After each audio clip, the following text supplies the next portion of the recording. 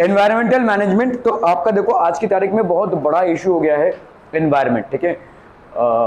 Start of the chapter में आपको ये बताना चाहता हूँ, जैसे समझो हमारे टाइम पे ना जो सिलेबस होता था उसमें सिर्फ साइंस के जो आप पढ़ रहे हो ऑलमोस्ट वही था, लेकिन एनवायरमेंट रिलेटेड इतनी सारी चीज़ें नहीं थी, कुछ भी नहीं था, लगभग कुछ भी नहीं था एनवायरमेंट रिलेटेड।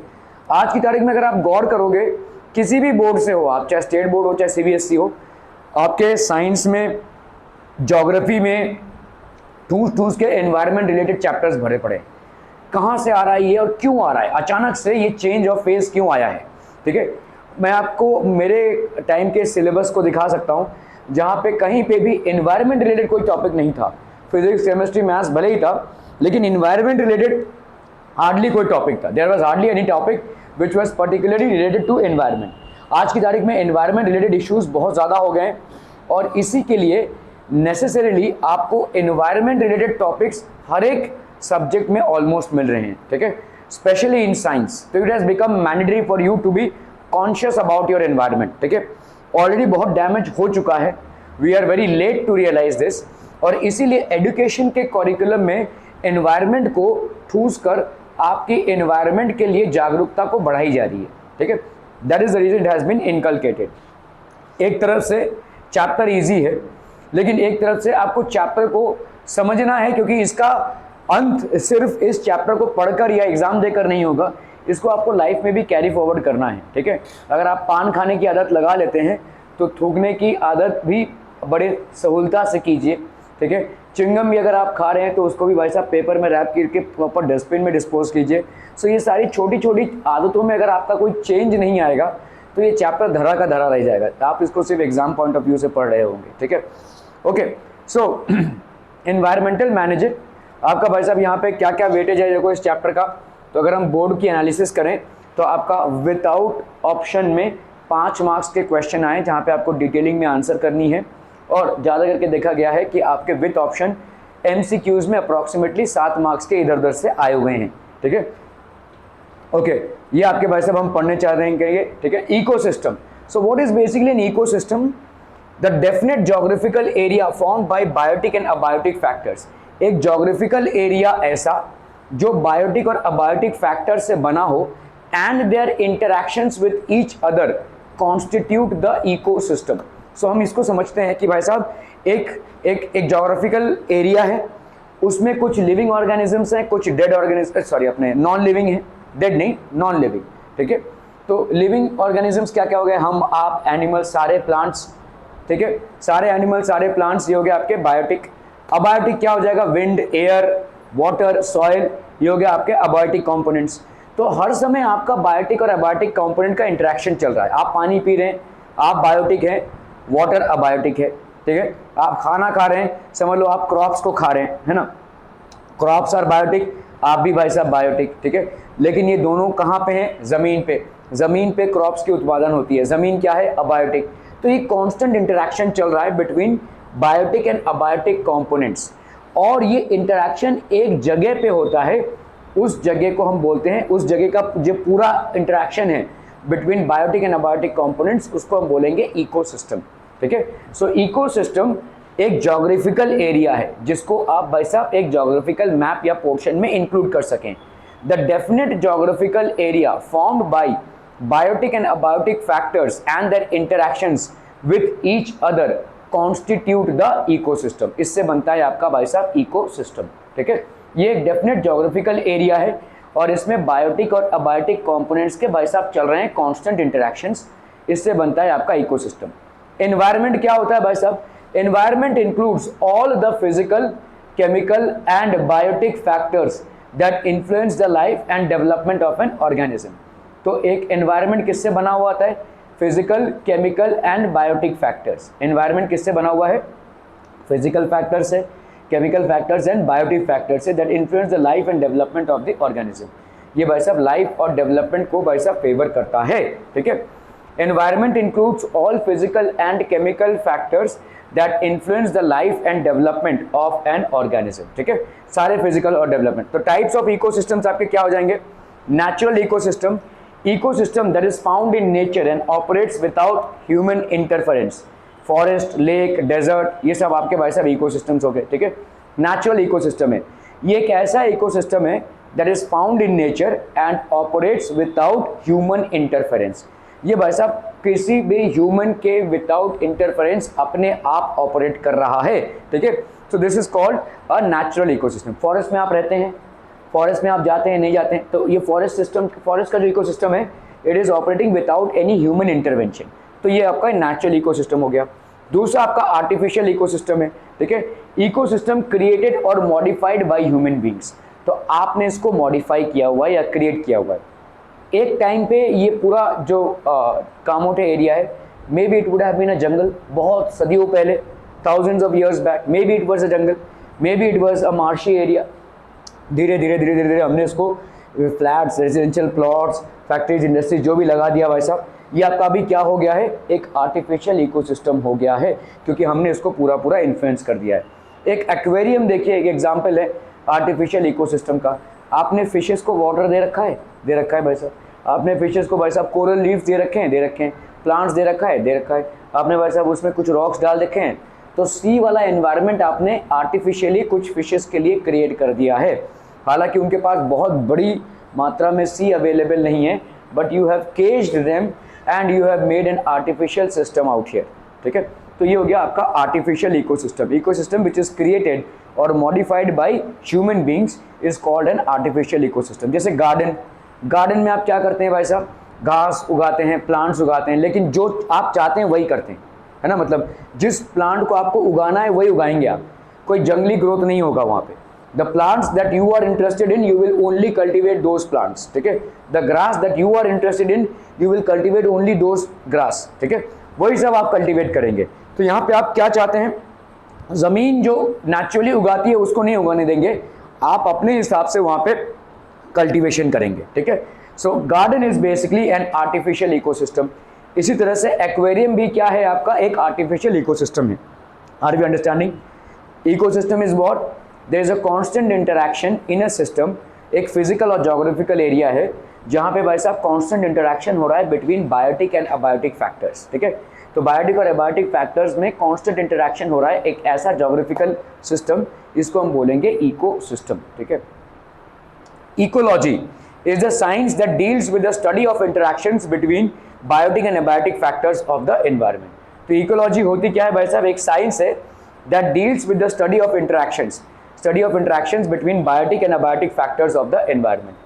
इकोसिस्टम भाई साहब एक रिव्यू अगर हम देखेंगे, इकोसिस्टम में क्या क्या होता है, अबायोटिक कंपोनेंट्स और biotic components. Ecosystem has got both abiotic components and biotic components. Abiotic components में क्या क्या हो जाएगा, physical factors and chemical factors. Physical factors में क्या क्या है, air, water vapour, mineral, soil, sunlight. Chemical factors में न्यूट्रिएंट्स एंड सॉल्ट्स हैं, ठीक है, ठीक है। तो अबायोटिक कंपोनेंट्स में क्या क्या आ जाएगा आपका, physical factors and chemical factors. Physical factors में air, water vapour, mineral, soil, sunlight, ये सब आ रहा है। केमिकल फैक्टर्स में nutrients and salts. Nutrients and salts में इनऑर्गेनिक सब्सटेंसेस और ऑर्गेनिक सब्सटेंसेस। इनऑर्गेनिक सब्सटेंसेस में hydrogen, oxygen, nitrogen, calcium, iron, sodium and potassium. Organic substances में प्रोटीन्स, कार्बोहाइड्रेट्स, फैट्स, ये सब होंगे, ठीक है। तो ये आपका भाई साहब हो गया abiotic components. All these are abiotic components. Physical factors है और केमिकल फैक्टर्स भी हैं, ठीक है। तो फिजिकल फैक्टर्स में air, water vapour, mineral, soil, sunlight. Chemical factors में nutrients and soils. Chemical factors में इनऑर्गेनिक और ऑर्गेनिक दोनों भी होते हैं। इनऑर्गेनिक में hydrogen, oxygen, nitrogen, calcium, iron, और ऑर्गेनिक में प्रोटीन्स, कार्बोहाइड्रेट्स एंड फैट्स, ठीक है। बायोटिक कंपोनेंट्स में क्या क्या हो जाएगा, ऑटोट्रॉपिक एंड हेटेरोट्रॉपिक। तो ये लिविंग है। ऑटोट्रॉपिक मतलब क्या हो जाए, देखो ये सारे आपके नॉन लिविंग हैं, ठीक है। Air, water vapour, mineral, soil, sunlight, ये फिजिकल फैक्टर्स हैं। न्यूट्रिएंट्स एंड सॉल्ट्स ये आपके केमिकल फैक्टर्स हैं जो आपको सॉइल से मिलते हैं। तो अभी न्यूट्रिएंट्स एंड सॉल्ट, एक होता है इनऑर्गेनिक, एक होता है ऑर्गेनिक। इनऑर्गेनिक में क्या क्या आ जाएगा, hydrogen, oxygen, nitrogen, calcium, iron, sodium, potassium, ये सारे मिनरल्स आपको जरूरत हैं सारे लिविंग बींग्स को। ऑर्गेनिक में प्रोटीन्स, कार्बोहाइड्रेट्स एंड फैट्स जो आपके ऑर्गेन्स में बनते हैं, ठीक है। बायोटिक कंपोनेंट्स में आपका हो गया ऑटोट्रॉपिक एंड हेटेरोट्रॉपिक। ऑटोट्रॉपिक मतलब the species which can manufacture their own food, so obviously all plants. Heterotrophic मतलब जो अपने फूड को मैन्युफैक्चर नहीं कर सकते हैं, so all producers that is plants will be autotrophic. Heterotrophic में आपका आ जाएगा कंज्यूमर्स एंड डिकम्पोजर्स। तो एक होते हैं आपके कंज्यूमर्स, कंज्यूमर्स मतलब हम, आप, सारे एनिमल्स, ठीक है। So all animal species. Decomposers मतलब जो मर जाने के बाद, एक स्पीशी के खत्म हो जाने के बाद उसको डिकम्पोज करके वापस उसको सॉइल में मर्ज करा देते हैं, ठीक है। सो सारे टाइप के आपके बैक्टीरियाज, माइक्रो ऑर्गेनिजम्स, ये सारा भाई साहब इसमें आ जाएगा। एनिमल्स में आपका होता है primary consumer, secondary consumer and tertiary consumer. What is a primary consumer? Primary consumer कौन हो जाएगा भाई साहब? नहीं, प्लांट्स नहीं होगा, प्लांट्स और ऑटोट्रॉप्स। एनिमल्स में जो हर्बीवोरस एनिमल्स होते हैं उनको हम बोलेंगे primary consumers, they only consume food, ठीक है। सो आपका भाई साहब सेकेंडरी कंज्यूमर्स क्या हो जाएगा? जो हर्बीवोरस को खाता हो। और एक आएगा भाई साहब टर्शियरी कंज्यूमर्स, मतलब जो एपेक्स मतलब टॉप लेवल पे होते हैं, जैसे आपके शेर हो गए, शेर को कोई नहीं खाता है ना, तो जैसे ईगल हो गया, ठीक है, बर्ड स्पीशीज में ईगल इज एन एपेक्स और अ टर्शियरी कंज्यूमर, ठीक है। सो ये हो जाती है आपकी भाई साहब अलग अलग फूड चेन। अगर आप देखो the sequence of transfer of matter and energy in the form of food from organism to organism, ठीक है। तो अलग अलग सीक्वेंस आपका मैटर ट्रांसफर हो रहा है। देखो ग्रास को किसने खाया? ग्रास हॉपर ने। ग्रास हॉपर को किसने खाया भाई साहब? फ्रॉग ने। तो ग्रास प्रोड्यूसर है of food, it was consumed by a primary consumer which is the grasshopper. This was consumed by a secondary consumer which is basically a frog. This frog was consumed by a tertiary consumer which is basically a snake. This snake was consumed by a hawk which is the final consumer. Once the hawk dies, the bacteria or the fungi basically decompose. उसको भाई साहब decompose करते हैं ज़मीन पे और इससे बनता है आपका fungi या decomposer. Are we clear through this one people? समझ में आतम? बहुत बढ़िया ना भाई साहब। The sequence of transfer of matter and energy in the food from organism to organism is called the food chain. इसको हम बोलेंगे भाई साहब food chain. Components of food chain, तो प्रोड्यूसर्स हैं organisms that produce food with the help of solar energy. What are these organisms people? Solar energy से कौन food produce करता है? प्लांट्स, ठीक है। So there are organisms that produce food with the help of solar energy. Example green plants, blue green algae, some bacteria. कुछ bacterias ऐसे होते हैं जो सोलर एनर्जी से फूड प्रोड्यूस कर पाते हैं, ठीक है। Okay, primary consumers that is herbivores, so animals that feed only on plants, grasshoppers, goats, cow, deer, horses etcetera, ठीक है। सेकेंडरी कंज्यूमर्स मतलब ओमनीवोरस, मतलब हम जो प्लांट भी ठूसेंगे और एनिमल्स को भी ठूसेंगे, ठीक है। Animals that feed on primary consumers, cats, dogs, frogs etcetera. Tertiary consumers, animals that feed on secondary consumers, for example wolves, snake, eagle, tiger, ठीक है। सो ये आपके हो गए भाई साहब। एपेक्स कंज्यूमर्स मतलब क्या होते हैं? Carnivores. Animals that feed on tertiary consumers, tigers, Lions, eagles etcetera, ये सब भाई साहब आपके टर्शियरी कंज्यूमर। डिकम्पोजर्स कौन हो जाएंगे? Microorganisms that obtain energy by breakdown of dead plants और एनिमल्स एंड देयर वेस्ट, ठीक है। Bacteria and fungi and termites, ठीक है। तो जैसे आपका butterfly is a dash consumer, किस टाइप का कंज्यूमर होगा भाई साहब butterfly? Primary consumer, it is okay, primary consumer, butterfly is a primary consumer. State whether the given statement is true और false. Ecosystem is the basic functional unit used to study ecology. Is it correct भाई साहब? It is true, ठीक है। और क्या है भाई साहब? Find out when out water, sunlight, decomposer, soil. आए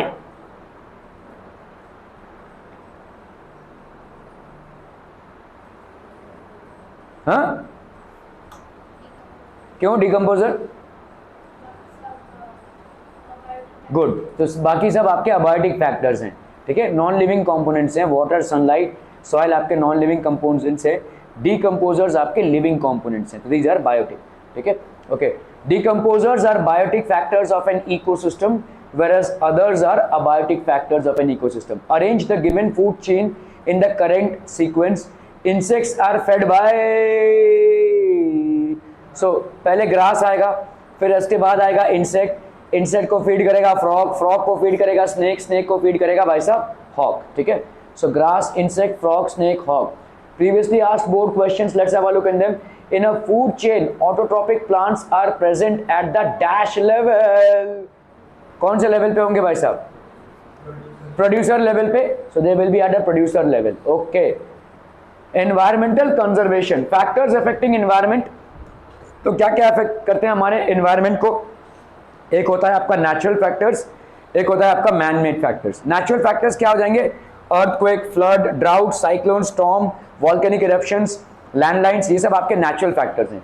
अर्थक्वेक आ गया भाई साहब, एनवायरनमेंट मतलब पूरा लैंड ही शेप चेंज हो जाता है अर्थक्वेक में, ठीक है।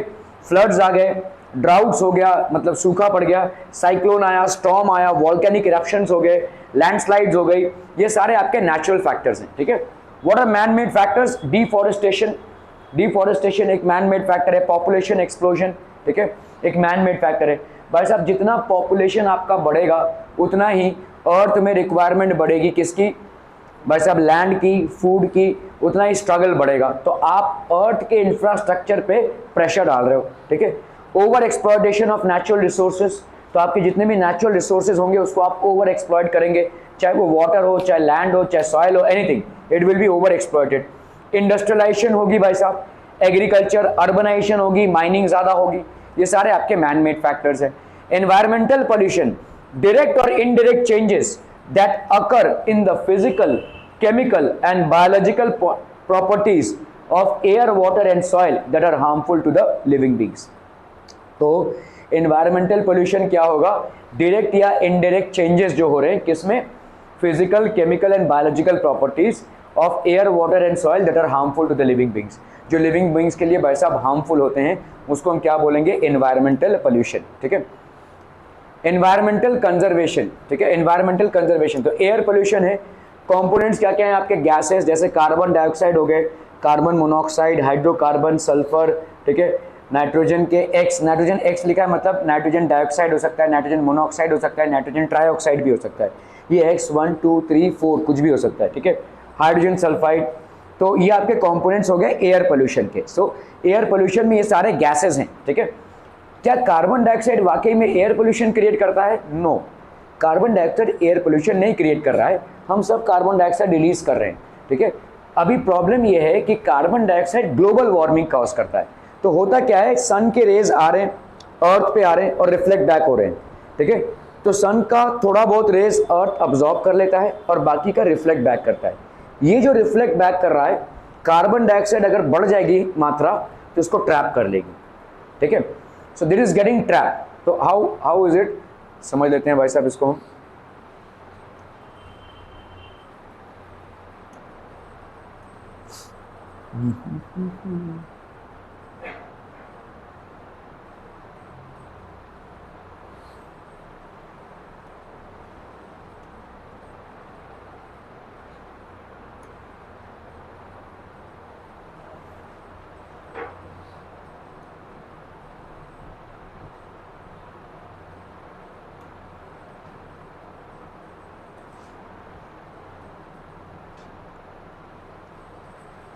तो ये समझ लीजिए भाई साहब आपका अर्थ है, ठीक है।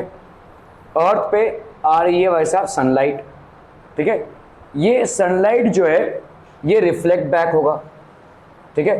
थोड़ा बहुत अर्थ क्या करेगा, इसको अब्जॉर्ब करेगा, बाकी का क्या कर देगा भाई साहब, रिफ्लेक्ट बैक करेगा, ठीक है। Okay, so this earth is receiving sunlight and a part of it will be reflected back and a part will be absorb. ये जो रिफ्लेक्शन हो रहा है भाई साहब, ये जो रिफ्लेक्शन हो रहा है, अभी अर्थ के ऊपर है एटमॉस्फेयर, और एटमॉस्फेयर में अगर कार्बन डाइऑक्साइड का कंटेंट बढ़ेगा तो ये इंसुलेटर का काम करेगा, इस हीट को स्पेस में जाने नहीं देगा, ठीक है। इससे क्या होगी भाई साहब, हमारे अर्थ की टेम्परेचर्स बढ़ने लगेगी, और अगर अर्थ की टेम्परेचर्स बढ़ेंगी, ठीक है, क्योंकि carbon dioxide is basically a heat trapper, ठीक है। ये हीट को ट्रैप करता है कहाँ पे भाई साहब, in atmosphere. It is basically acting as a heat trapper in the atmosphere. तो एटमॉस्फेयर का टेम्परेचर अगर बढ़ेगा, टेम्परेचर बढ़ रहा है तो क्या होगा भाई साहब, ग्लेशियर्स आपके मेल्ट होंगे, ग्लेशियर्स भाई साहब मेल्ट होना चालू हो जाएंगे। ग्लेशियर्स की मेल्टिंग अगर बढ़ जाएगी, समुंदर में जो पानी है वो बेसिकली लेक्स, रिवर्स और स्ट्रीम से होता हुआ आ रहा है। रिवर्स और स्ट्रीम्स में जो पानी है वो कहाँ से आ रहा है, मेल्टिंग ग्लेशियर्स से आ रहा है। ग्लेशियर्स का अगर मेल्टिंग रेट बढ़ जाएगा तो आपके sea levels will be on the rise. तो we are already what 70% water and 30% of land. ये सी लेवल्स अगर बढ़ जाएंगे तो हमारे लिए लैंड जो एरिया है that will reduce and that's going to take a huge toll. हम कहाँ जाएंगे फिर, ठीक है। सो ये खतरा हमारे ऊपर बना हुआ है भाई साहब, ठीक है। This is always a danger on us, this is always a danger on us, because carbon dioxide अपने आप में एक पोल्यूटिंग एजेंट नहीं है, लेकिन कार्बन डाइऑक्साइड की मात्रा अगर एनवायरनमेंट में बहुत ज़्यादा, क्योंकि कार्बन डाइऑक्साइड का इक्वलाइजर है, इक्वलाइजर कौन है भाई साहब, प्लांट्स। ये जो कार्बन डाइऑक्साइड सारे एनिमल्स एक्सेल आउट कर रहे हैं, plants absorb that carbon dioxide. लेकिन प्रॉब्लम तब होती है जब हमारा ये जो कार्बन एमिशंस हमारे फ्यूल्स से हो रहे हैं, हमारे जितने भी फ्यूल्स हैं और जो व्हीकल्स हैं वो कार्बन एमिशंस कर रहे हैं और कार्बन डाइऑक्साइड एमिट हो रहा है इनसे। ये जो कार्बन डाइऑक्साइड है ये प्लांट्स अब्सॉर्ब नहीं कर पा रहे हैं, ठीक है। This carbon dioxide is not getting absorbed by the plants, और ये एक प्रॉब्लम क्रिएट कर रहा है। This is creating a problem. Are we clear on this one people, ठीक है। क्योंकि ये वाला कार्बन डाइऑक्साइड बेसिकली टेम्परेचर को बढ़ाएगा, ठीक है, और इस टेम्परेचर के बढ़ने के चलते क्या होगा, हमारा लाइफ सस्टेनेबल नहीं होगा, because we are going to lose on the area of land that we have today in our corridor, okay. तो आपके भाई साहब कंपोनेंट्स क्या हो गए भाई साहब, gases, carbon dioxide, carbon monoxide definitely is a poisonous gas, ठीक है। कार्बन मोनोऑक्साइड एक पॉइजनस गैस है। हम अगर कार्बन मोनोऑक्साइड के एनवायरनमेंट में आधा घंटा भी रहते हैं तो मर सकते हैं, वी कैन एक्चुअली डाई, ठीक है। होता क्या है देखो, कार्बन मोनोऑक्साइड जो है हमारे ये कार्बन मोनोऑक्साइड क्या होता है, carbon monoxide, this is a poisonous gas definitely, ठीक है। Carbon dioxide is not a poisonous gas but it is a heat trapper. Carbon monoxide में क्या होता है, कार्बन मोनोऑक्साइड कहाँ से इवॉल्व होता है, एसीज से। आज की तारीख में नहीं होगा क्योंकि एसीज को अपग्रेड किया गया है, लेकिन ACs are the main evolutor of carbon monoxide. और ये कार्बन मोनोऑक्साइड जो है, ठीक है, कार्बन मोनोऑक्साइड एक्चुअली एसीज से आपका CFCs होता है, क्लोरोफ्लोरोकार्बन्स रिलीज होते हैं, ठीक है। Chlorofluorocarbons are what are release from cooling units like ACs, ठीक है, वो बाहर जाता है जो क्लोरोफ्लोरोकार्बन होता है, ठीक है। और ये आपके ओजोन लेवल को डिस्टर्ब करता है, ओजोन लेवल इससे हैम्पर हो रही है, ठीक है। इसलिए पूरे वर्ल्ड में एसीज को डिफरेंट तरीके से रीमैन्युफैक्चर किया जा रहा है ताकि भाई साहब ये क्लोरोफ्लोरोकार्बन्स का लेवल डाउन हो, क्योंकि ओजोन में अगर होल हो जाता है, अगर ओजोन लेवल में होल हो जाता है तो हमारे सन के जो रेज हैं, सन रेज में एक अल्ट्रा वायलेट लाइट होती है। ये अल्ट्रा वायलेट लाइट अगर डायरेक्टली हमारे स्किन पे आती है तो it can cause skin cancer, ठीक है, और ये बर्न्स कॉज करेगा, ठीक है। So this is very harmful, okay. अभी हम बात करते हैं भाई साहब कार्बन मोनोऑक्साइड की। कार्बन मोनोऑक्साइड, इसका प्रॉब्लम क्या है, अपने आप में ये गैस पॉइजनस नहीं है, it is not a poisonous gas, लेकिन हमारे ह्यूमन बींग्स में हमारे ऑक्सीजन कैरियर को हम बोलते हैं हेमोग्लोबिन। हमारे ब्लड में होता है भाई साहब आरबीसी होता है ऑक्सीजन कैरियर, और आरबीसी में होता है एक पिगमेंट जिसको हम बोलते हैं हेमोग्लोबिन। ये हेमोग्लोबिन ऑक्सीजन के साथ कंबाइन करता है। कैसे, हम जो ऑक्सीजन ले रहे हैं हमारे लंग्स में जाता है, हमारा हार्ट क्या कर रहा है, ब्लड को पंप कर रहा है लंग्स में, तो ये लंग्स में जैसे ही ब्लड गया, ब्लड में है हेमोग्लोबिन, वो ऑक्सीजन कैच कर रहा है, कहाँ से, हमारे लंग्स से। जो हमने अभी सांस ली तो हमारे सांस में ऑक्सीजन गया, हमारे एल्वियोली में स्टोर होता है, ठीक है। तो हमने जो सांस लिया भाई साहब, ये हमारे लंग्स हैं, ये लंग्स में हमारा ऑक्सीजन स्टोर है। इस लंग्स में हार्ट क्या कर रहा है, ब्लड पंप कर रहा है, और इसमें से ऑक्सीजन को उठा रहा है कौन, ब्लड। क्यों, क्योंकि ब्लड में है haemoglobin which is the pigment, it is an oxygen carrier. तो हेमोग्लोबिन, लेकिन हेमोग्लोबिन का प्रॉब्लम क्या है, हेमोग्लोबिन कार्बन डाइऑक्साइड के साथ भी कंबाइन करता है, ठीक है, हेमोग्लोबिन कार्बन डाइऑक्साइड के साथ भी कंबाइन करता है और ऑक्सीजन के साथ भी, लेकिन कार्बन मोनोऑक्साइड के साथ हेमोग्लोबिन ऑलमोस्ट 400 टाइम्स ज्यादा कंबाइन करता है, ठीक है। Affinity for carbon monoxide for haemoglobin is almost 400 times that of oxygen. जितना वो ऑक्सीजन के साथ कंबाइन करेगा उससे 4 गुना ज्यादा, 400 गुना ज्यादा वो कार्बन मोनोऑक्साइड के साथ कंबाइन करेगा। तो अगर कोई इंसान कार्बन मोनोऑक्साइड के एनवायरनमेंट में है तो उसके ब्लड में जो हेमोग्लोबिन है it will start combining with this carbon monoxide. Carbon monoxide अंदर जाएगा और ये कार्बन मोनोऑक्साइड को कैच करेगा इंस्टेड ऑफ ऑक्सीजन, ऑक्सीजन के साथ वो कॉम्बिनेशन छोड़ देगा, ठीक है, और फटाक से क्या हो जाएगा, पूरे बॉडी में कार्बन मोनोऑक्साइड फैलेगा। Carbon monoxide again is not a poisonous gas, लेकिन बॉडी में जो ऑक्सीजन की रिक्वायरमेंट है वो क्या होगी, सारे सेल्स को ऑक्सीजन चाहिए, और ऑक्सीजन उनको अभी मिलेगा नहीं, क्योंकि ऑक्सीजन ट्रांसपोर्टर कौन है? ब्लड, और ब्लड में ऑक्सीजन को कौन ट्रांसपोर्ट करता है? हेमोग्लोबिन, जो अभी कार्बन मोनोऑक्साइड के साथ कंबाइन कर रहा है। So what will happen? All these cells will not receive oxygen, the required amount of oxygen will not be receive. तो आपका क्या हो जाएगा? सारे cells basically malfunctioning start कर देंगे। So they all will basically malfunction, और सब के सब ठप, और इंसान भी ठप। ठीक है, समझ में आ रहा है ये? तो कार्बन मोनोऑक्साइड इस तरीके का पॉइजन क्रिएट करता है। ठीक है, सो इट्स अपने आप में ये कोई पॉइजन नहीं है, but this is how it will impact. ठीक है, सॉलिड में आपके भाई साहब एयर पोल्यूशन में क्या है? हाइड्रोजन सल्फाइड्स होता है। हाइड्रोजन सल्फाइड की बहुत कम क्वांटिटी होती है, but again it is also a polluted. ठीक है, हाइड्रोकार्बन्स, क्लोरोफ्लोरो हाइड्रोकार्बन्स एक होते हैं। हाइड्रोकार्बन्स तो बेसिकली आपके क्या होते हैं? जितने भी आपके अनबर्न्ड फ्यूल है वो हाइड्रोकार्बन्स होंगे। ठीक है, और क्लोरोफ्लोरोकार्बन्स होते हैं जो एसिड से लिबरेट होते हैं, और ये ओजोन लेयर को टैम्पर करते हैं। ठीक है, सल्फर होता है, हाइड्रोजन सल्फाइड्स। सॉलिड जो आपके कंपोनेंट्स हैं जो पोल्यूशन फैलाते हैं वो क्या क्या हो जाएंगे? डस्ट, ऐश, कार्बन, लेड, एस्बेस्टस एक्सेट्रा, ये आपके सॉलिड है। एस्बेस्टस मतलब समझते हो? ये देखा है क्या? टिन, आपने वो टिन शेड्स देखे हैं राइट? अरे भाई साहब टिन देखा है कि नहीं? टिन टिन टिन से जो बनता है वो देखा? कहा नहीं देखे हो? पतरा, हाँ पतरा, पतरा।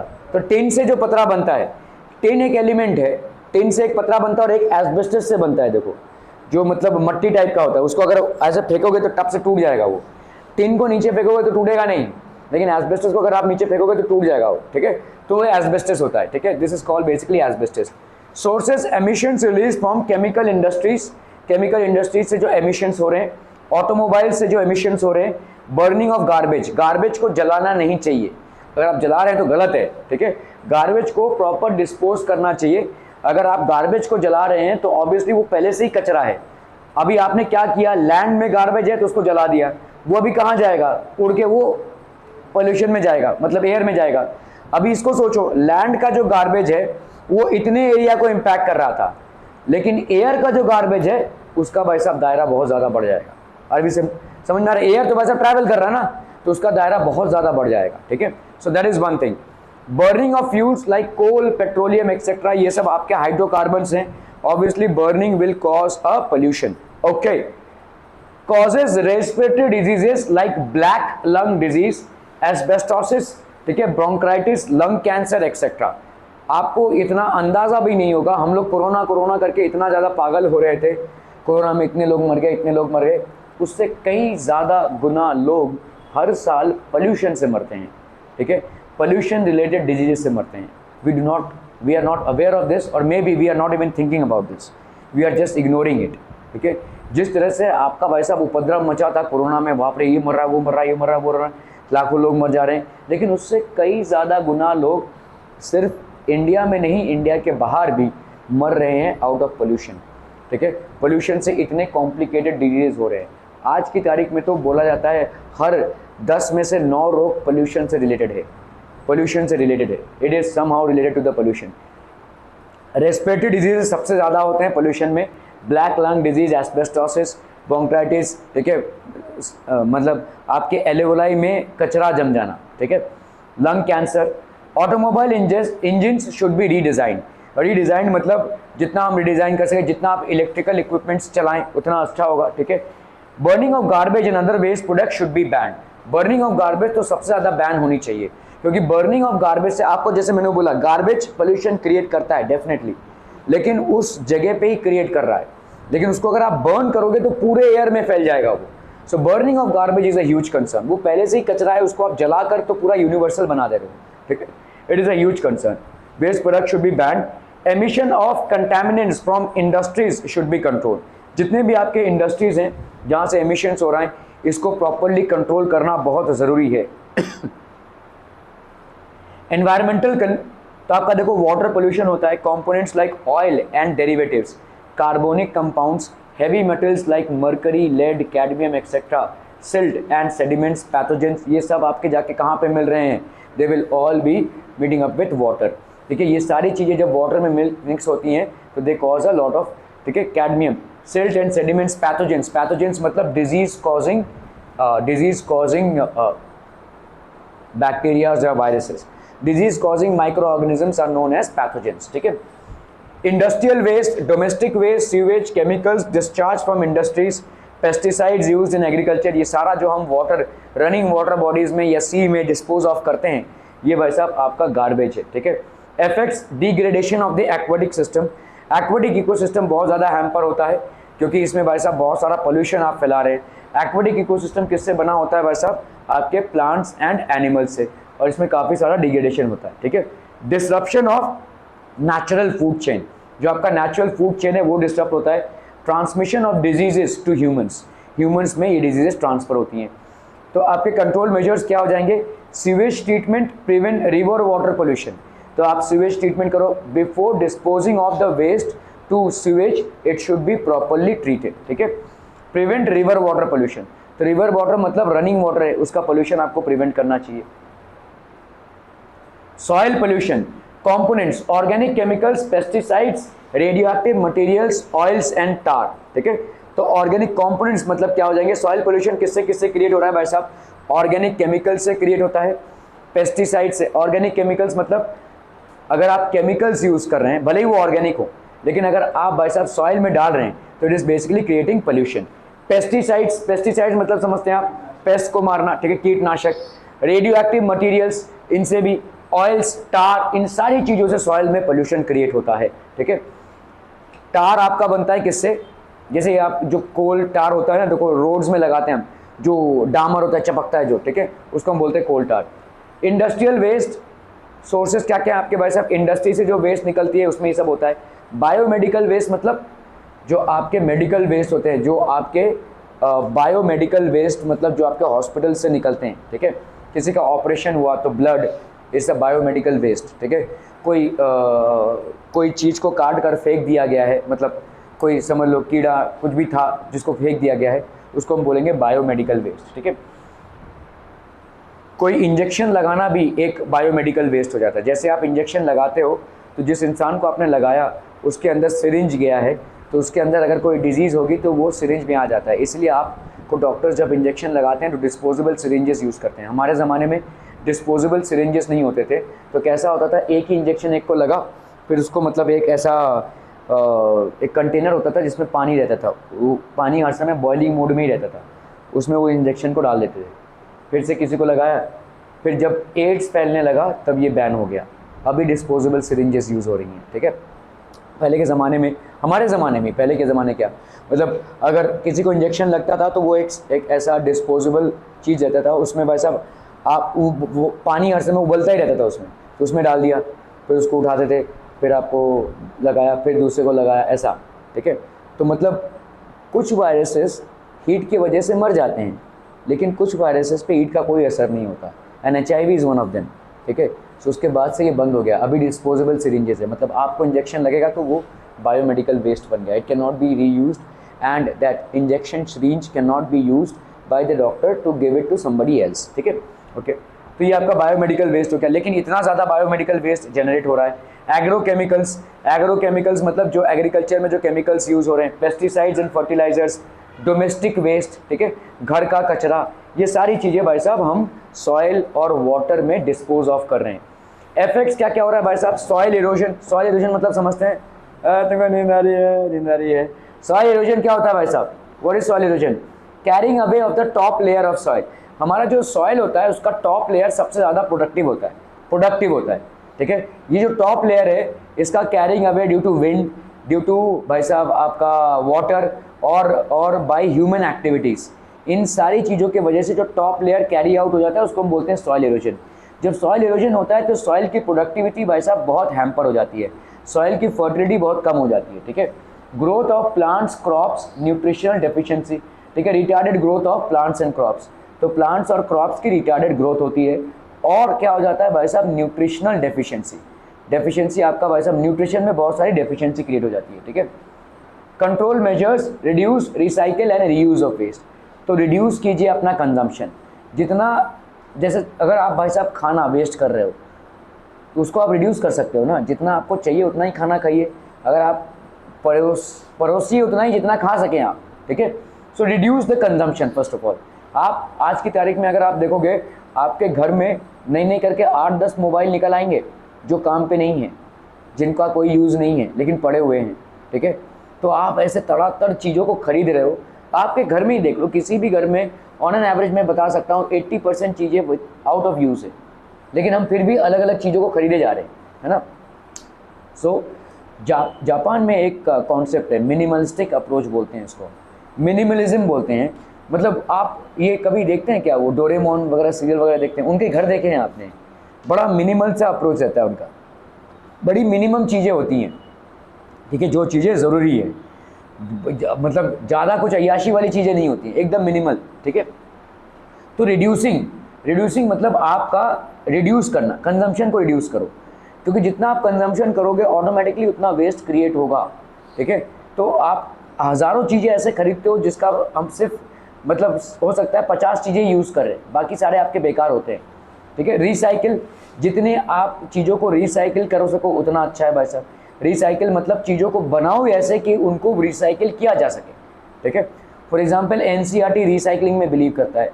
सीबीएसई जो एनसीईआरटी में बुक्स होती हैं वो सब आपके रिसाइकिल्ड पेपर से होती हैं, ठीक है। तो मतलब ये चला गया, ये फिर उसका रिसाइकलिंग होगा, फिर इस पे पेपर बनेंगे। तो आपके सीबीएसई के जो एनसीईआरटी के बुक्स होते हैं वो बहुत डल लग सकते हैं, लेकिन एक्चुअली वो सारे रिसाइकिल्ड पेपर से बने हैं, क्योंकि गवर्नमेंट को कोई ना कोई पहल तो करनी पड़ेगी ना। आप अगर यूएस में जाएंगे तो यूएस में ना रिसाइकिल भी नहीं होती है। मतलब यूएस में कैसा होता है कि आपको स्कूल के लिए कोई फ़ीस नहीं भरनी रहती है, ठीक है। आपके टैक्स के पैसे से स्कूल का फ़ीस कटता है, ठीक है। Schools get paid by the amount of tax that you पे। तो अभी कैसा होता है, जैसे आप 10th के बैच के हैं, आप पढ़ाई कर रहे हैं, अगले साल आपको किताबें दी जाएंगी स्कूल से ही, ठीक है। नई किताबें नहीं होंगी, पुरानी होंगी। 11th वालों मतलब पिछले साल के 10th वालों ने जो पढ़ी रहेगी वही आपको मिलेगी। अब आपसे ये एक्सपेक्टेशन है कि आप इसको अगले वाले बैच को देकर जाएंगे, नहीं दे पाएंगे तो आप पे फाइन लगेगा। तो इस तरह से उन लोगों ने मतलब रिसाइकिल में भी पेपर को वेस्ट नहीं किया है, वही किताब चलाया है, ठीक है। So different governments have different ways, ठीक है। तो रिसाइकिल, रीयूज़ ऑफ वेस्ट, आप क्या वेस्ट को रीयूज़ कर सकते हैं। फॉर एग्जांपल बहुत बड़ा कॉन्सेप्ट है आज की तारीख में गोबर गैस का। गोबर गैस भाई साहब इतनी अच्छे तरीके से आपको फ्यूल दे सकता है, ठीक है। It's one of the most efficient of all fuels. अगर आप गांव खेड़े में जाएंगे, बहुत सारे चीज़ों में गैस का रिक्वायरमेंट है। खाना बनाने में ही सिर्फ गैस का रिक्वायरमेंट नहीं होता है, आपका गैस का रिक्वायरमेंट और भी बहुत सारे प्रोसेसेस हैं, जैसे आपका पानी देना, या आपका जो डीजल है, डीजल की जगह पे आप गैस यूज़ कर सकते हैं, ठीक है। आपके जो मोटर्स होते हैं जो पानी खींचते हैं उनमें ज़्यादा करके डीजल यूज़ होता है, डीजल की जगह पे आप गैस यूज़ कर सकते हैं एज एन एनर्जी, ठीक है। सो ये होता है आपका रीयूज़ ऑफ वेस्ट। वेस्ट को रीयूज़ करना एक बहुत बड़ी बात है। आपका एक मैंने वीडियो देखा था, वो सत्यमेव जयते, आमिर खान का एक सीरियल आता था, उसमें एक बंदे का इंटरव्यू है और उसने इतने एफिशिएंटली एक पूरा एक ऐसा प्लांट बनाया था जहाँ पे हर चीज़ यूज़ होती थी। मतलब उसमें कैसा है, गाय पाल रखे उसने, और गाय खाती क्या है, ये जो पूरा जो सब्जी होता है ना, आप देखोगे जो मार्केट होते हैं, मार्केट में जो एग्रीकल्चर वेस्ट होते हैं उसको फेंक देते हैं, फिर वो कचरा वाले लेकर जाते हैं, कचरा की गाड़ी आती लेकर जाते। ये उसकी टीम थी, वो ये जो फ्लावर का कटा हुआ और बाकी जितने भी सब्जी कटे हुए थे उनको कलेक्ट करती है। एक मार्केट में से अच्छा खासा 4-5 गायों का चारा मिल जाता है, ठीक है। उसको बटरो, ऐसा उन लोग की उसकी टीम थी, उन लोग रोज़ गाड़ी लेकर जाते थे 2-3 जन, और ये सारा कचरा लेकर आते थे। वैसे भी फेंकी हुई चीज़ है ये, वैसा फूल हो गया, ठीक है, फिर आपके वेजिटेबल पील्स हो गए, ठीक है, और भी ऐसे सारी चीज़ें कलेक्ट करके लाते थे और वो गाय भैंस को खिलाते थे। गाय भैंस से जो गोबर निकलता था, ठीक है, उस गोबर को वो फर्टिलाइज़र बनाते थे, प्लस अर्थवॉर्म्स भी थे उनके पास, पोल्ट्री भी थी, ये सारी चीज़ें थे। मतलब ऐसा कंबाइन करके वो चला रहे थे ना कि कोई चीज़, जितनी भी वेस्ट चीज़ें हैं वो सारी यूज़ हो रही थी। All waste products were basically efficiently managed, ठीक है। So that was one thing. Reuse of waste हमारे लिए आज की तारीख में भी बहुत बड़ी अपॉर्चुनिटी है। ये जो सूखा कचरा और गीला कचरा, इतना ज़्यादा इसके बारे में जागरूकता फैलाई जा रही है, फिर भी हम वी डोंट केयर, ठीक है। आपके घरों में ही जो कचरा जाता है बाहर, या जो कचरा वाला आता है, उसमें हम कितने लोग सूखा कचरा और गीला कचरा को अलग फेंकते हैं। जितना भी कचरा हुआ एक साथ डाल के भाई साहब फेंक दो, ठीक है। So that is one thing that we have still not learn. Otherwise इस देश में कम से कम कैटल के लिए कभी भी खाने पीने की कोई भी कमी नहीं होगी। अगर हम कैटल जो है हमारा, जो गाय भैंस हमारे हैं, इतना ज़्यादा आपका सब्जी वगैरह जो हम फेंक देते हैं उसको हम आसानी से खिला सकते हैं। We can easily feed on them, ठीक है, to produce more milk of course, ठीक है। Produce recycle and reuse of waste, segregation, biomedical waste. Biomedical waste सबसे खतरनाक वेस्ट होता है, ठीक है। It's basically infected with germs and diseases of people who are infected.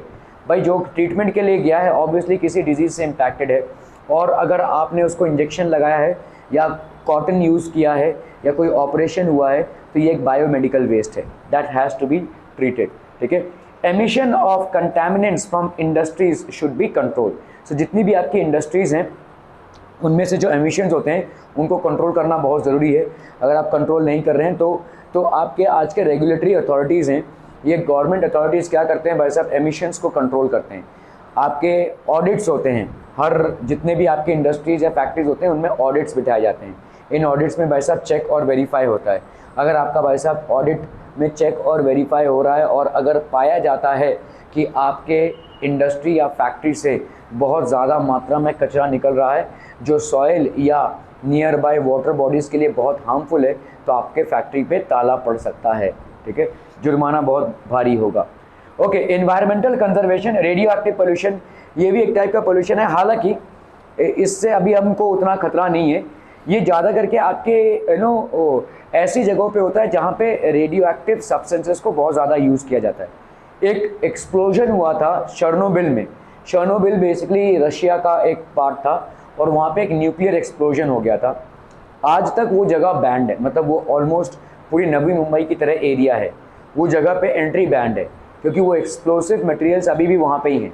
उस पूरे प्लांट में एक्सप्लोजन हुआ था, न्यूक्लियर एक्सप्लोजन हुआ था, और बहुत सालों तक उसके आजू बाजू किसी को रहने नहीं दिया जाता है, ठीक है। वहाँ पे भी पूरा जंगल हो गया है वहाँ पे अगर एंटर भी करना है तो रेडियो एक्टिव क्लोथ्स पहन के जाने पड़ेंगे, जिन क्लोथ से रेडिएशंस एंटर नहीं करता है अंदर, ठीक है। सो बहुत साल हो गए इस घटना को। तो radio active pollution is in increase in the radiation levels, causes ultra violet. तो आपके भाई साहब ultra violet and infrared radiations, artificial जो एक्स रेज होते हैं, and radiations from atomic energy plants. इसीलिए देखो एक्स रेज से अगर समझ लो हमको कोई फ्रैक्चर हुआ रहता है तो एक्सरे किया जाता है, राइट। ये रेडिएशंस हमारे अंदर जाते हैं, ज़्यादा एक्सरे करना भी ठीक नहीं है। लेकिन अगर आप देखोगे जितनी भी गर्भवती महिलाएं होती हैं, प्रेग्नेंट वुमेन, उनका जो बच्चे का टेस्टिंग होता है वो एक्सरे से नहीं होता है, क्योंकि एक्सरेज में रेडिएशंस होते हैं that can hamper the growth of a baby, ठीक है। इसलिए उनका अल्ट्रासोनोग्राफी किया जाता है, वो साउंड टेक्निक है, अल्ट्रासोनोग्राफी किया जाता है। They will never be expose to X rays, ठीक है, क्योंकि X rays are not something that should be done on them because they will not be able to cope up. X rays and radiations form atomic energy plants. Major mishaps of the world, देखो जैसे मैंने बोला था आपका Chernobyl, Windscale and 3 miles island mishaps, ये आपके nuclear explosions हुए थे और यहाँ पे न्यूक्लियर रेडियो एक्टिविटी के चलते बहुत सारा तांडव मचा था। Effects, cancerous ulceration occurs due to higher radiation of X rays. तो अल्सर्स हो जाते हैं, अल्सर्स मतलब कैंसर जैसे घाव देखे गए हैं जिनका कोई इलाज नहीं है अगर हम एक्सरेज पे ज़्यादा अपने आप को रेडिएशन को एक्सपोज करेंगे। If we get too much exposed to X-ray radiation, it can cause cancerous ulceration. Tissues in the body are destroyed. Genetic changes occur. तो genetically changes occur होते हैं. Vision is adversely affected. सबसे ज़्यादा आपका vision impact होता है. Vision is genetically affected. ठीक है. Cancerous ulcers हो जाते हैं. तो ये ऐसा जब हिरोशिमा और नागासाकी में आपके एटॉमिक बॉम्ब्स ड्रॉप हुए थे उसके कई सदियों बाद तक जेनेटिक चेंजेस देखे गए थे। Physically impaired people were being born, क्योंकि उस टाइम पे भाई साहब ये पूरा जहर फैला था और एयर में भी था और फिर एसिड रेन्स भी हुए थे। इन सारी चीज़ों से भाई साहब क्या हुआ, ये सारी चीज़ें भाई साहब लोगों के जनरेशन के बाद जनरेशन, तो ऐसा देखा गया कि जापान में generation after generation was impacted, they were handicap, ठीक है। तो ऐसा बहुत बड़ा एक हैंडीकैप जनरेशन पैदा हुआ था। नीड ऑफ एनवायरमेंटल कंजर्वेशन, ठीक है, need for environmental conservation to prevent environmental damage, to solve the natural and artificial problem, जितने भी आपके नेचुरल और आर्टिफिशियल प्रॉब्लम्स हैं उनको सॉल्व करना, to reduce the impacts of pollution and prevent global warming. तो जो भी पोल्यूशन के इम्पैक्ट्स हैं उनको रिड्यूस करना और ग्लोबल वार्मिंग को प्रिवेंट करना। ग्लोबल वार्मिंग का मुख्य स्रोत क्या है? Carbon dioxide emission. और ये carbon dioxide out of control जा रहा है, जिसके वजह से क्या हो रहा है? एटमॉस्फेयर में गर्मी बढ़ रही है, जिसकी वजह से क्या हो रहा है? आपके ग्लेशियर्स मेल्ट हो रहे हैं और sea levels are on the rise. ठीक है। टू कंजर्व बायोडाइवर्सिटी, बायोडाइवर्सिटी को कंजर्व करने की जरूरत क्या क्यों है? एक एग्जाम्पल है, जैसे समझो मच्छर है, ठीक है, या कोई भी इंसेक्ट है। इंसेक्ट को कौन खाते हैं? फ्रॉग्स। फ्रॉग्स को कौन खाते हैं? स्नेक्स। स्नेक्स को कौन खाते हैं? ईगल्स। ठीक है। आपने इनमें से किसी एक को भी उड़ा दिया तो क्या होगा? तो समझ लो मैंने अगर सारे स्नेक्स को मार डाले, ठीक है, तो हॉक्स इम्पैक्ट हो जाएंगे। अगर मैंने भाई साहब हॉक्स को नहीं, आपके फ्रॉग्स को उड़ा दिए तो क्या हो जाएंगे? आपका इंसेक्ट्स इतना ज़्यादा बढ़ जाएगा कि सर्वाइव करना मुश्किल हो जाएगा। ठीक है। It will be very difficult to survive, क्योंकि फ्रॉग्स को आपने मार दिया है। सारे फ्रॉग्स को अगर आपने मार दिया तो insects will be so huge in number that it will be difficult for you to survive. ठीक है। सो हर एक स्पीशी का आपके पूरे चेन में कुछ ना कुछ इंपॉर्टेंस है। All are basically correlated. ठीक है। So to conserve biodiversity, to maintain the balance in nature, nature में बैलेंस मेंटेन करने के लिए, and to prevent depletion of natural resources, जितने भी आपके नेचुरल रिसोर्सेज है इनका डिप्लीशन।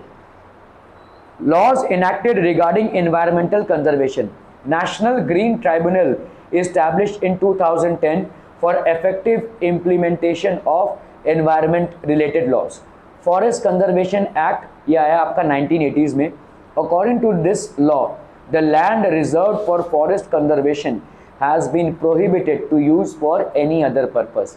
अगर भाई साहब किसी लैंड को फॉरेस्ट एरिया डिक्लेयर किया गया है, उस लैंड पे आप माइनिंग नहीं कर सकते हैं, एग्रीकल्चरल एक्टिविटी नहीं कर सकते हैं, उसको भाई साहब आप इंडस्ट्रियल प्लॉट या फैक्ट्री में नहीं कन्वर्ट कर सकते हैं, और ना ही रेसिडेंशियल प्लॉट में कन्वर्ट कर सकते हैं। ठीक है। It will be meant only for forest. So according to this law, the land reserved for forest cultivation और conservation has been prohibited to use for any other purpose, किसी भी purpose के लिए आप इसको यूज़ नहीं कर सकते हैं।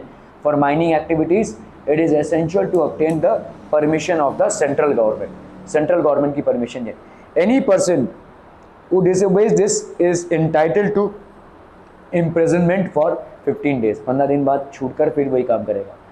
Environment Protection Act 1986, the release of pollutants in the atmosphere beyond the permissible limit। आपने देखा रहेगा आपके जो ये चालान करते हैं, जो ये PUC करने की वजह से आपके PUC लेवल में आपके व्हीकल से कितना एमिशन हो रहा है वो टेस्ट होता है, इसीलिए आपको व्हीकल को PUC कराना रहता है। PUC जब आप कराते हैं तो वो एक एक्नॉलेजमेंट देता है आपको कि आपकी गाड़ी का PUC हुआ है, मतलब आपकी गाड़ी में कुछ ऐसी चीज़ों को फिट किया गया है जिससे आपका एमिशन लेवल्स कंट्रोल्ड हो। तो पहले 1 साल या 1.5 साल या 2 साल में PUC की ज़रूरत नहीं पड़ती है, गाड़ी जब नई नहीं रहती है उसके बाद PUC की ज़रूरत पड़ती है। ठीक है। तो अगर आपके पास वो सर्टिफिकेट नहीं है और पुलिस वाला आपको पकड़ता है तो चालान कटेगा PUC। ठीक है। पोल्यूशन अंडर कंट्रोल बोलते हैं हम इसको। सो द एक्ट, बीच में गवर्नमेंट ने ये भी फरमान जारी किया था कि अगर आपको पेट्रोल लेना है, ठीक है, पेट्रोल लेना है पेट्रोल सेंटर से, तो आपको PUC दिखाना पड़ेगा कि मेरा PUC ऑलरेडी है। ठीक है। तभी जाकर आपका पेट्रोल मिलेगा। ठीक है। Okay. This act inhibits the release of pollutants in the atmosphere beyond the permissible limit. ठीक है। Any person disobeying this law is entitled either for 5 years of imprisonment और फाइन अप टू ₹1 लाख। तो कोई भी जो इसको लॉ को disobey करता है उसको 5 साल का इम्प्रिजनमेंट होता है या 1 लाख रुपये का जुर्माना भरना पड़ता है। Wild life protection act 1972, cause of wild life protection act 1972, clause 49A, trading of rare animals has been completely banned. जो भी रेयर एनिमल्स होते हैं उनका ट्रेडिंग करना कम्प्लीटली बैंड है। अभी देखो सारे एनिमल्स को हम बैन नहीं कर सकते, फिर चिकन कैसे खाएंगे भाई साहब, है ना। तो जो भी आपके रेयर एनिमल्स हैं, रेयर स्पीशीज़ हैं, उनका ट्रेडिंग करना, जैसे राइनासोर्स के हॉर्न्स के लिए, ठीक है, या हाथी के दांतों के लिए, ये सारे आपके रेयर एनिमल्स हैं और इनकी ट्रेडिंग किसी भी हालत में करना हैज़ बीन कम्प्लीटली बैंड। ठीक है। वाइल्ड लाइफ एक्ट प्रोटेक्शन है ये 1972 का। According to it clause 49B क्या बोलता है? Use of articles prepared from skin और organs of wild animals has been banned. आपने देखा रहेगा ना, कुछ लोग माला पहनते हैं उसमें हाथी का दांत है, शेर का दांत है। ठीक है। होगा या नहीं वो अलग बात है, लेकिन skins of organs of wild animals has been ban. आपके पास अगर ऐसी कोई भी चीज़ बरामद होती है जो किसी ना किसी एनिमल का, जो रेयर एनिमल है या स्पीशी है, उसका पार्ट है, तो प्रॉब्लम होगा, आप अरेस्ट हो सकते हैं। ठीक है, सो यूज़ ऑफ आर्टिकल, तो आइवरी जैसे है, ivory has been legally ban, आपके शेर के दांत या ऐसे सब चीज़ें जो हैं वो बैन हुआ है। Disclosure of the stock of artifacts made from rare wild animals is compulsory. अगर वो देखा है ना, पहले ज़माने में शेर का भाई साहब एक बना हुआ है ऐसा, ठीक है, तो शेर के स्किन से बना हुआ है। आपके घर में अगर ऐसा कोई भी चीज़ है जो एनिमल स्किन का है और वो भी रेयर एनिमल का, उसका डिस्क्लोजर गवर्नमेंट को देना पड़ेगा आपको। कहाँ से आया, कब आया, क्यों आया, किसके परमिशन से आया। हो सकता है आपके दादा परदादाओं ने शिकार किया होगा और तभी का है वो, तो चलेगा, लेकिन अभी का है तो प्रॉब्लम है। ठीक है, क्योंकि डिस्क्लोजर मतलब आपको फरमान जारी करना पड़ेगा कि ये जो स्किन है, disclosure of the stock of artifacts, हाथी के दांत से कुछ बना हुआ है, ठीक है, ivory, artifacts made from rare wild animals, जो रेयर वाइल्ड एनिमल्स हैं उनसे अगर कोई भी चीज़ लेकर आपने कोई आर्टिफैक्ट या कोई चीज़ बनाया है, ठीक है, उसका डिस्क्लोजर आपको गवर्नमेंट को देना पड़ेगा, otherwise you might be jailed for this. ठीक है, okay. Environmental conservation, the big story of small man Jadav Molai. ठीक है, Jadav Molai was born in 1963 and is working as a forest worker since the age of 16 years. In 1979, the local social forestry department began a social afforestation project on 200 hectares of land in Kokilamukh of Zorat district of Assam. Molai continued plantation even after completion of the project. तो भाई साहब 200 trees का 200 hectare land था और उसमें afforestation मतलब trees plant किए जा रहे थे, लेकिन मोलाई जो थे उन्होंने बंद नहीं किया इस काम को। एक बार प्रोजेक्ट अचीव हो गया उसके बाद भी वो प्लांटेशन करते रहे। ठीक है, even after the completion of the project. As a result of 30 years of efforts put by Molai, a jungle known as Molai jungle has flourished in Kokilamukh.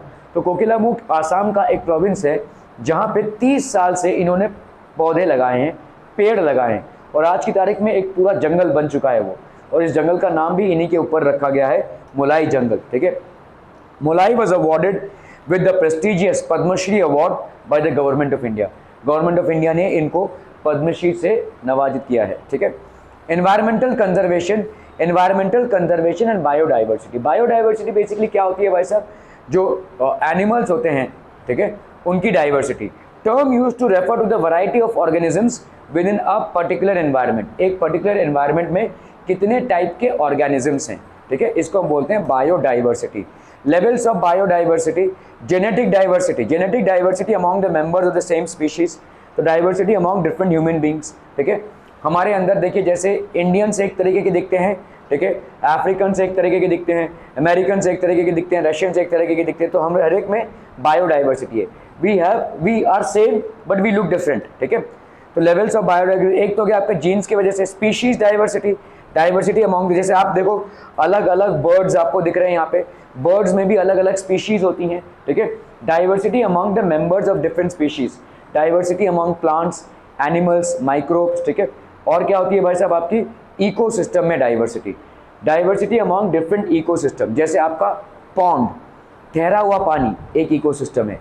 ठीक है, सीज या ओशंस एक इकोसिस्टम है, रिवर्स, लेक्स एक इकोसिस्टम है। जैसे आपके फ्रेश वाटर का मछली अगर आपने उठाया और आपने उसको भाई साहब डाल दिया सी वाटर में, वो मर जाएगा। सी वाटर की मछली को अगर आपने फ्रेश वाटर में डाल दिया तो वो मर जाएगा, क्योंकि उनका बॉडी उस इकोसिस्टम के हिसाब से ही अडेप्ट और डिज़ाइन हुआ है। ठीक है, so these are ecosystems. Pond ecosystem होता है, ग्रासलैंड इकोसिस्टम होता है, फॉरेस्ट इकोसिस्टम होता है, ये these are different types of ecosystems that we have. Environmental conservation, sacred groves, forest conserved in the name of god. ठीक है, they are in fact sanctuaries conserved by the local people. Local लोग जो है जंगलों की पूजा करते हैं, और जंगलों में तो कोई मूवी आई थी कंटारा, क्या नाम था उसका, कंटारा। ठीक है, सो मालूम नहीं कितने लोगों ने उस मूवी को देखा है, बट इट इज़ बेसिकली जंगल में आप कैसे गॉड्स रखते हैं, ठीक है, जंगल की पूजा करते हैं, जंगल में अलग अलग स्पीशीज़ की पूजा करते हैं, तो these are known as, these are in fact sanctuaries conserved by local people. There are more than 13,000 sacred groups reported in India. ये सेक्रेड ग्रुप्स मतलब ऑटोमेटिकली लोकल पीपल इसको कंजर्व करेंगे। सेक्रेड ग्रुप्स मतलब ये, और ये जंगल जो है हमारे लिए बहुत अहमियत रखता है, ये टेम्पल की तरह है, it's like a temple. Just as local people have very high regards for a temple, so they have high regards for sacred groups like this, ठीक है। Environmental symbols in relation to environmental conservation, ठीक है। Meaning of symbols, please do not litter, dispose your waste in dustbin और trash bin. इसका मतलब क्या है कि भाई साहब आप अपना जो भी वेस्ट है वो डस्टबिन में या ट्रैश बिन में फेंको, इधर उधर मत फेंको, ठीक है। कंजर्व एनर्जी, एनर्जी का कंजर्वेशन का सिंबल है ये। Save fuel, ride on a bicycle, ठीक है। सेव वाटर, ठीक है। Say no to plastic bags, plastic bags को ना बोलिए।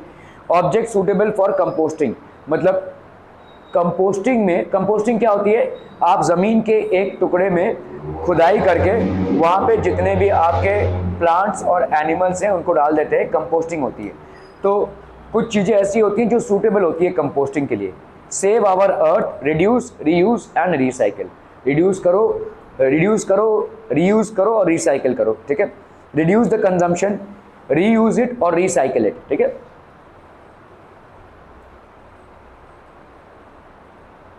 क्या हो गया भाई सर?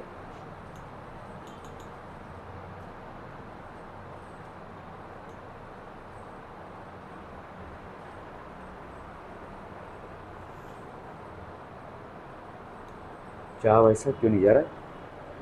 ओके, हैंग हो गया ये। नेटवर्क गया है? नहीं।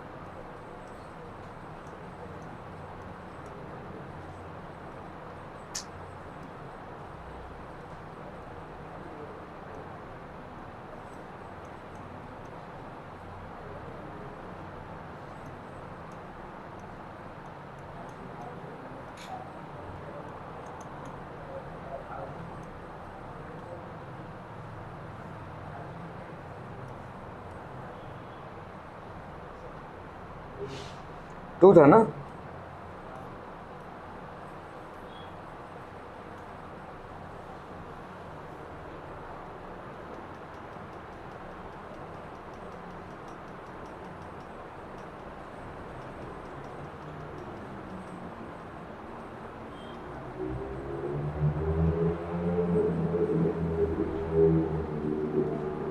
Each human being is different is an example of which level of biodiversity? ये आपका भाई साहब जेनेटिक डाइवर्सिटी हो गया, ठीक है। State where the given statement is true और false. Generally sacred groups are the forest conserved by the government forest department, this is conserved by the local people, ठीक है। So it is false. Sacred groups are the ones which are conserved by the society और local people, ठीक है। Okay, which law prohibits the use of land reserved for forest conservation for any other purpose? Forest Conservation Act that was passed out in 1980. Give the meaning of the following symbols. ये आपका हो गया reduce, reuse और recycle का, और ये वाला भाई साहब renewable solar energy respectively, ठीक है। Previously asked board question, genetic changes occur due to dash pollution. किस टाइप के pollution में? Radioactive pollution, ठीक है। Radioactive pollution में ये होगा। Explain the three different levels of biodiversity. Genetic, species and ecosystem. genetic biodiversity, species diversity and ecosystem diversity. Write a short note on the sacred groups. आप short note जब लिखेंगे तो इन सारे keywords आपके answer में होने चाहिए. Conserved in the name of God, तो आपके जितने भी सोसाइटीज़ होते हैं जो in and around the forest होते हैं, तो वो फॉरेस्ट को एक टेम्पल की तरह मानते हैं, ठीक है. So that is how they conserve the forest and they protect it in the name of God. Sanctuaries बनाते हैं एंड वेस्टर्न घाट्स, ठीक है. ये सारे आपके भाई साहब सेक्रेड ग्रुप्स हैं. Okay, what are the meanings of the following symbols? Write your role accordingly. Reuse, reduce and recycle, save water and use solar energy, ठीक है. तो ये सारे आपके पास सब keywords, recycle, save water and renewable solar energy. Identify the following symbols and state their significance. Save water and save fuel, ठीक है. Save water and save fuel. How the biodiversity can be conserve? Conservation, protection of rare species, national parks and sanctuaries, bio reserves, biodiversity act etcetera. Complete the following. Effect of radio active pollution. तो क्या क्या हो जाएगा भाई साहब? Cancerous ulceration. तो आपका cancerous ulcers develop होते हैं due to exposure to high radiation of X rays, ठीक है. फिर effect of radio active pollution, destruction of tissues of the body. आपके टिश्यूज जो बॉडी के हैं वो डिस्ट्रॉय होते हैं. Adverse effects on vision. Vision में काफ़ी सारा इफेक्ट आता है. Changes in the genetic constitution. तो आपका जेनेटिक कॉन्स्टिट्यूशन में भी चेंजेस आते हैं. These are certain effects that radio active pollution will have. Biodiversity hotspots क्या होते हैं, ठीक है. हॉटस्पॉट मतलब वो जो आप इंटरनेट का लेते हैं वो नहीं, ठीक है. Places on the earth are both biologically rich and deeply threatened. तो ऐसे बहुत कम जगह हैं जो बायोलॉजिकली बहुत रिच है. For example in India Sundarban का एक एरिया है which is biologically very rich, eight the same time it is threatened. Threatened क्यों? क्योंकि बहुत सारे लोग जाते हैं शेर का शिकार करने के लिए, क्योंकि बहुत बड़ा एरिया है. और एक बोट निकाल लो भाई साहब, चल दो. ज़्यादा करके लोग जाते हैं वहाँ पे. सबसे ज़्यादा हनी वहाँ पे प्रोड्यूस होता है, तो हनी बीज से हनी निकालने के लिए आते हैं. अभी हनी बीज से हनी निकालने गए, किसी शेर को देख लिया, अटैक करने आ रहा तो उसको गोली मार दी, ठीक है. तो ये आपका सेल्फ डिफेंस में आप बोलोगे, ठीक है. So places on earth that are biologically rich, ये बायोलॉजिकली बहुत रिच हैं लेकिन at the same time very deeply threatened.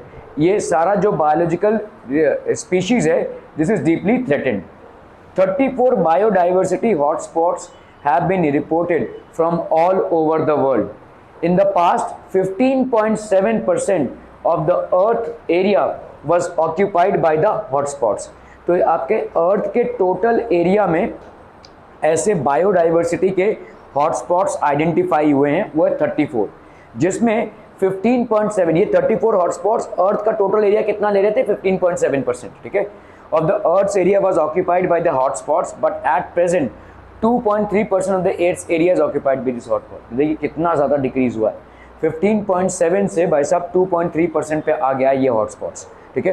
पहले मतलब मेजर रीजन्स ऑफ बायोडाइवर्सिटी हुआ करते थे और ये पहले कितना एरिया ऑक्यूपाई करता था? 15.7. आज की तारीख में primarily due to human activities it has reduce to only 2.3%, ठीक है. Thus 86% of the sensitive areas are already destroyed. हमने डिस्ट्रॉय कर दिया है. अमेजन फॉरेस्ट का बहुत सारा हिस्सा डिस्ट्रॉय हो रहा है, ठीक है, क्योंकि वो एक हॉटस्पॉट है, ठीक है, और उसमें काफ़ी सारी चीज़ें मिलती हैं, ठीक है. Endangered heritage places of India, western Ghats जो आपके बाजू में ही हैं, spread over the states of Gujarat, Maharashtra, Goa, Tamil Nadu and Kerala. Asiatic lion पाया जाता था एक टाइप पे, ठीक है, वाइल्ड बाइसन, ठीक है, दे आर अंडर थ्रेट. आज की तारीख में ये नहीं पाया जा रहा है. एशियाटिक लायन जो होता है, एशिया में जो लायन पाया जाता है वो अभी यहाँ पे थ्रेट में है. Wild bison is also under threat because of mining industry.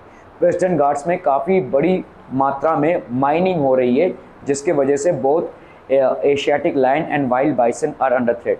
Manas sanctuary Assam, it is basically a heritage place. Tiger and rhino both are under threat, ठीक है. Construction of dams and indiscriminate use of water, ठीक है. Dams बहुत ज़्यादा construct हुए हैं और उल्ट सुल्ट हमने वाटर को यूज़ किया यहाँ पे, ठीक है. Indiscriminate use of water. Sundarban sanctuary, as I said West Bengal में सुंदरबन सैंक्चुरी है और ये बहुत बड़ा सैंक्चुरी है, ठीक है. Tigers and the local environment, ठीक है. टाइगर्स आपके अंडर थ्रेट है और लोकल एनवायरनमेंट भी आपका अंडर थ्रेट है. लोकल एनवायरनमेंट मतलब ये स्वैम्पी रीजन है, खाड़ी एरिया है. यहाँ पे टाइगर्स आराम से स्विम कर सकते हैं, ठीक है. मतलब थोड़ा बहुत पानी, थोड़ा बहुत लैंड, थोड़ा बहुत पानी, थोड़ा बहुत लैंड, ठीक है. एक स्वैम्पी एरिया है.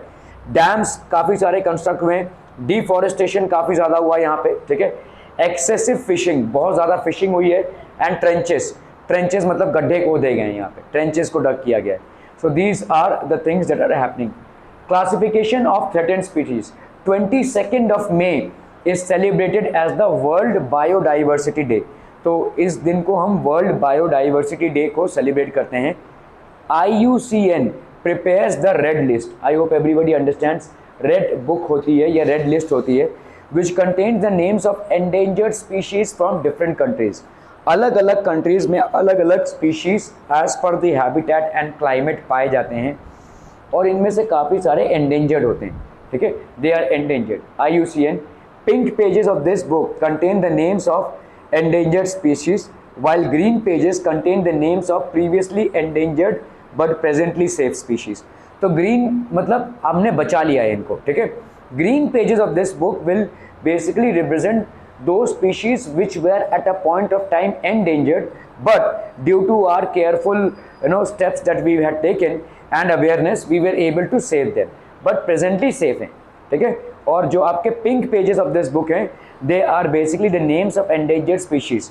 ये आपके एंडेंजर्ड स्पीशीज है, मतलब अगर हम केयरफुल नहीं रहे, अगर हमने ताबड़तोड़ कोई कदम नहीं उठाए तो we are going to lose them in no time, ठीक है।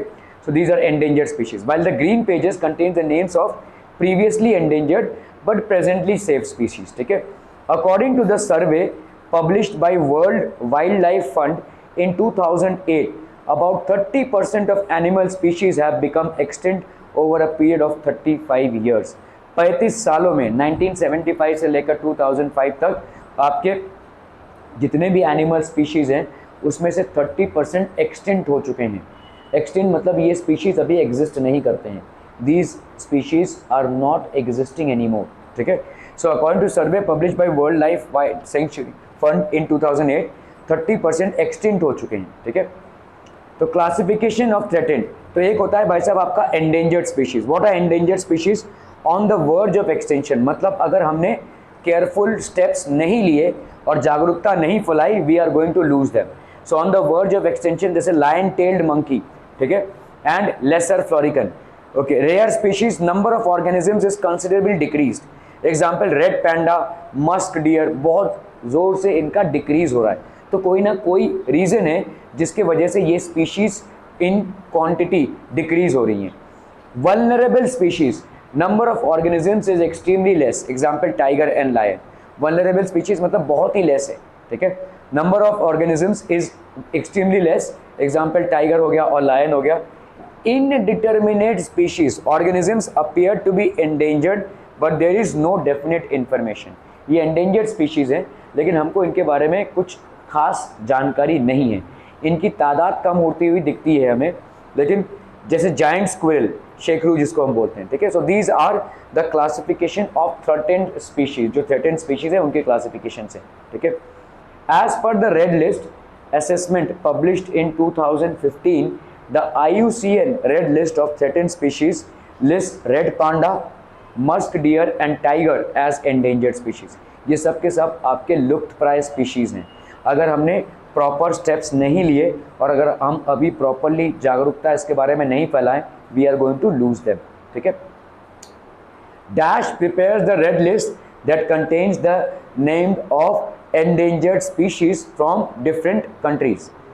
IUCN, ठीक है। So this will be IUCN. Okay. Complete the analogy. Vulnerable species is to lion. Endangered species is या rare species is red panda. ठीक है. Okay. Dash is observed as the World Diversity Day, Biodiversity Day, 22nd of May. Okay. So chapter at a glance देख लीजिए भाई साहब। Environment किससे form होता है? Environment is formed by both abiotic factors and biotic factors. Abiotic factors are what? Abiotic factors are non-living factors. Example आपके air, soil, temperature, light, ठीक है। pH, pH मतलब क्या होता है? pH of the soil, ठीक है। आपका soil acidic है या basic है, और soil का basically क्या होना चाहिए? Soil should be neutral. It should neither be acidic nor it should be basic. Pressure, atmospheric pressure कितना है? All these are basically abiotic factors, ठीक है। Biotic factors plants, animals, microbes, fungi, ये सब आपके बायोटिक फैक्टर्स हो जाएंगे, ठीक है। और इन सब के अंतर्गत, इन सब के बीच में जो इंटरैक्शन होता है उसको हम पढ़ते हैं under a science called ecology, और इस सिस्टम को हम बोलेंगे इको सिस्टम, ठीक है। टाइप्स ऑफ पोल्यूशन क्या क्या है भाई साहब? Air pollution, water pollution, soil pollution, radio active pollution. Air में जो हमारे अनकंट्रोल्ड एमिशंस होते हैं उसके वजह से जो पोल्यूशन जनरेट होता है उसको हम बोलते हैं एयर पोल्यूशन। वाटर में जो पोल्यूशन जनरेट होता है उसको हम बोलते हैं वाटर पोल्यूशन। सॉइल में जो पोल्यूशन जनरेट होता है उसको हम बोलते हैं soil pollution. Radio active pollution मतलब क्या हो जाए? रेडियो एक्टिविटी की वजह से जो पोल्यूशन जनरेट होता है उसको हम बोलते हैं रेडियो एक्टिव पोल्यूशन, ठीक है। Laws enacted about environmental conservation. Forest conservation act है किसका भाई साहब? 1980 का। एनवायरमेंटल प्रोटेक्शन एक्ट है 1986 का, ठीक है। वाइल्ड लाइफ प्रोटेक्शन एक्ट है 1972 का। इसका क्लॉज क्या है भाई साहब? 49A, क्लॉज 49B, और ये हो गया आपका clause 49C। Wild life protection act है 1972 का, ठीक है। तो इसके सारे क्लॉजेज हैं which we have to basically remember and write in our answers as well, ठीक है। बायोडाइवर्सिटी आपकी क्या क्या हो जाएगी? एक हो गई आपकी जेनेटिक डाइवर्सिटी, मतलब आपके जीन्स के वजह से जो डाइवर्सिटी होती है। एक होता है आपका जेनेटिक डाइवर्सिटी, मतलब क्या होती है? तो जैसे आपका अगर आप देखोगे यहाँ पे ह्यूमन बींग्स में Russians will look different from Americans, Americans will look different from Chinese, Chinese will look different from Indians. So ये किस टाइप की डाइवर्सिटी हो गई? जेनेटिक डाइवर्सिटी हो गई। स्पीशीज़ में डाइवर्सिटी होती है, जैसे अगर आप देखोगे बर्ड्स में अलग अलग स्पीशीज़ मिलते हैं आपको, ठीक है। जैसे डॉग फैमिली में आपको जैकल्स भी मिलेंगे, हाइनास भी मिलेंगे, डॉग्स भी मिलेंगे, ठीक है, फॉक्सेस भी मिलेंगे, ये सारे डॉग स्पीशीज़ में आ जाते हैं, ठीक है। टाइगर फैमिली में जैसे आपको टाइगर्स मिलेंगे, कैट्स मिलेंगे, ठीक है, लेपर्ड्स मिलेंगे, चीता मिलेंगे, ये सारे आपके अलग अलग स्पीशीज़ की डाइवर्सिटी हो गई, ठीक है। सो स्पीशीज़ के अंदर जो डाइवर्सिटी होती है उसको हम बोलते हैं स्पीशीज़ डाइवर्सिटी। जीन्स के अंदर जो डाइवर्सिटी होती है उसको हम बोलते हैं जेनेटिक डाइवर्सिटी। इकोसिस्टम में डाइवर्सिटी, इकोसिस्टम में डाइवर्सिटी मतलब कौन कौन सी डाइवर्सिटी? जैसे पॉन्ड एक फ्रेश वाटर इकोसिस्टम है, ठीक है। मरीन वाटर, ये मतलब आपका सी एक मरीन इकोसिस्टम है।